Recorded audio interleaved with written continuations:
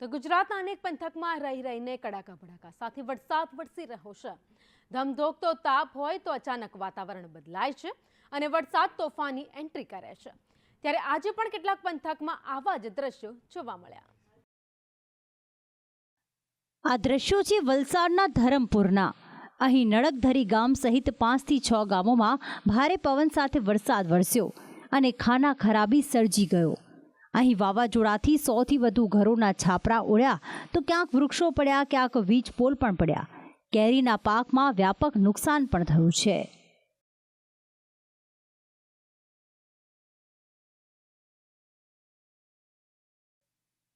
તો બોટાદ શહેરમાં પણ સવારથી વાતાવરણમાં પલટો આવ્યો અને જિલ્લાના ગ્રામ્ય વિસ્તારોમાં વાદળછાયા વાતાવરણ વચ્ચે ઝરમર વરસાદ વરસ્યો।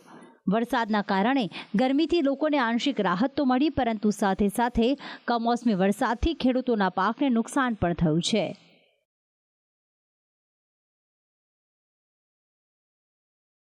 ભાવનગરના વલ્લભીપુરમાં પણ ભર ઉનાળે ચોમાસું જામ્યું।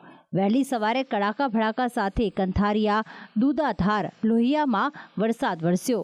હવામાન વિભાગની આગાહીના પગલે સતત બીજા દિવસે પણ અહીં વરસાદી માહોલ જોવા મળી રહ્યો છે।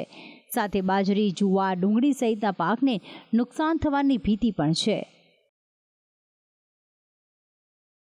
પાલિતાણા શહેર અને ગ્રામ્ય વિસ્તારમાં પણ આ જ સ્થિતિ જોવા મળી। પવન સાથે વડિયા, હળમતિયા, વીરપુરમાં વરસાદ વરસ્યો। મોટી રાજસ્થળી, શેત્રુંજી ડેમ સહિત ગામોમાં પણ તોફાની બેટિંગ કરી।